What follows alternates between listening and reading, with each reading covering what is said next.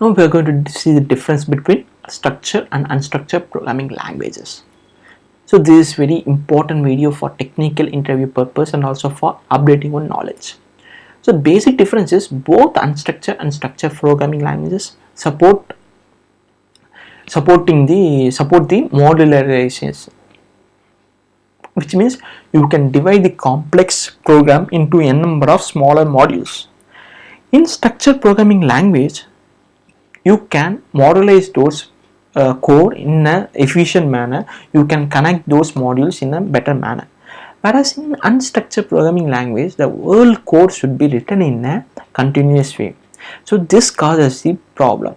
The first problem would be readability. So suppose if you are trying to write a code of 10 lakh lines, so the 10 lakh lines should be in a continuous way. So it's very difficult to maintain the code, it's very difficult to debug the code, it's very difficult to read the code. So that's the main drawback of unstructured programming language. And the second point is structured programming language is a precursor to object-oriented programming language. So object-oriented programming paradigm follows some ancestor styles. For example, object-oriented programming paradigm follows imperative programming paradigm and also structured programming paradigm, whereas unstructured programming language doesn't follow those. And the next point is structured programming language produces readable code. So if suppose if you're writing a 10 lakh lines, the 10 lakh lines of code can be modularized and then that code will be very readable, whereas in unstructured programming language that is not the case. The code will be spaghetti. Spaghetti means which is very difficult to read the code.